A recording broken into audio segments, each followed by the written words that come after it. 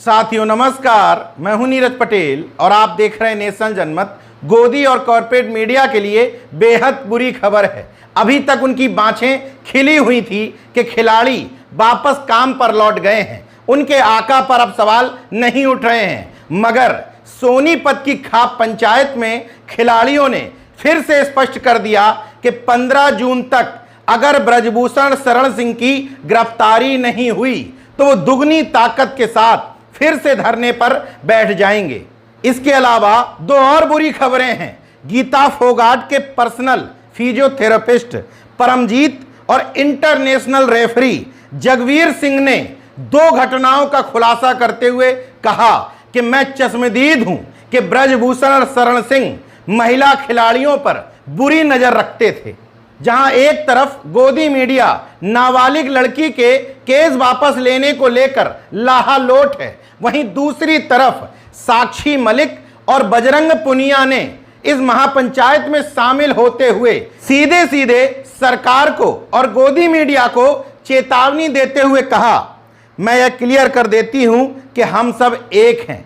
मैं, बजरंग और बिनेश हम एक हैं और एक ही रहेंगे। बिनेश के ना आने का रीजन है कि कुछ इंक्वायरी चल रही है।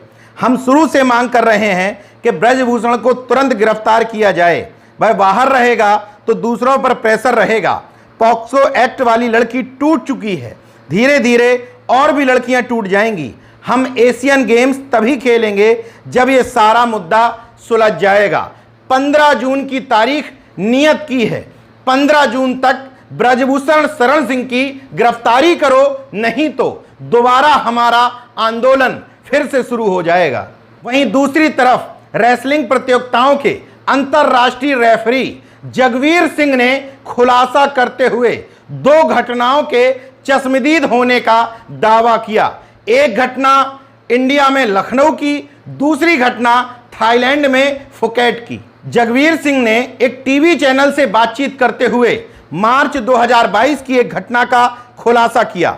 लखनऊ के अंदर ट्रायल चल रहा था, जिसके पूरा होने के बाद ब्रजभूषण ने फोटो सेशन के दौरान एक हैवी वेट वाली रेसलर को गलत तरीके से छुआ था।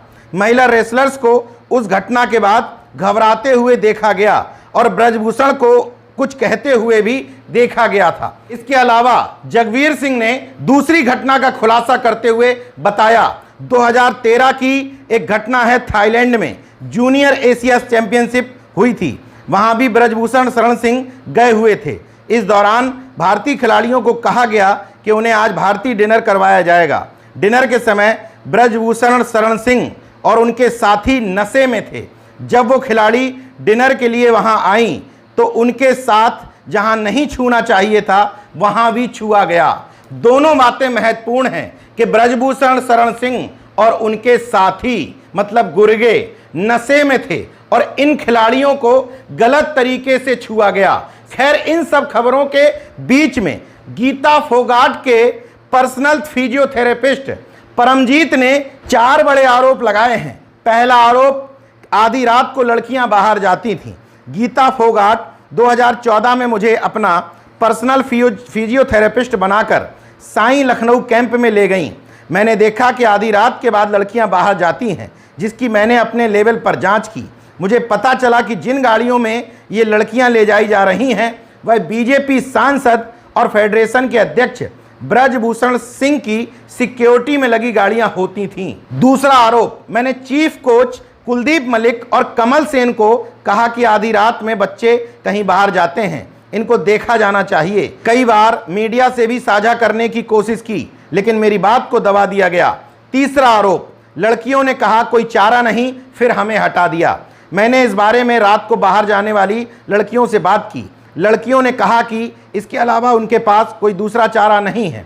मैंने लगातार कंप्लेंट की तो अचानक मुझे लखनऊ के साईं कैंप से छुट्टी दे दी गई।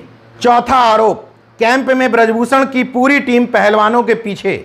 लखनऊ के साईं सेंटर में युवा पहलवानों को फंसाया जाता है। कैंप में अनऑफिशियल रूप से 4-5 लोग रखे गए हैं।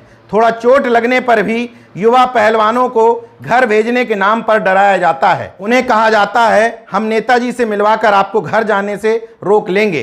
कैंप में ब्रजभूषण की एक पूरी टीम काम करती है। गोदी मीडिया सवाल करता है कि पहले ये सब बातें सामने क्यों नहीं आई। ब्रजभूषण शरण सिंह का रसूख जिसको पहले पता ना हो उसको अब समझ में आ गया होगा। जिस घटना पर पूरे देश में क्या विश्व में हंगामा चल रहा है, विश्व में भारत की थू-थू हो रही है, इसके बावजूद ब्रजभूषण शरण सिंह का अभी तक बाल बाका ना हुआ हो। उस ब्रजभूषण शरण सिंह के खिलाफ आरोप लगाने के लिए इन महिला रेसलर्स को कितनी हिम्मत जुटानी पड़ी होगी, और हिम्मत जुटाने के बाद अगर उसके खिलाफ कुछ नहीं होता है तो सोचिए आगे ब्रजभूषण शरण सिंह किसी के खिलाफ कुछ भी करेगा तो किसी की हिम्मत तक नहीं होगी कि उसके खिलाफ आवाज उठा सकें। ये वही ब्रजभूषण शरण सिंह है जो एक मीडिया इंटरव्यू में साफ साफ कहता है कि मेरे हाथों एक मर्डर हो चुका है, मगर उस मर्डर का मुकदमा भी इस ब्रजभूषण सिंह पे नहीं चला। ये है इसका रसूख।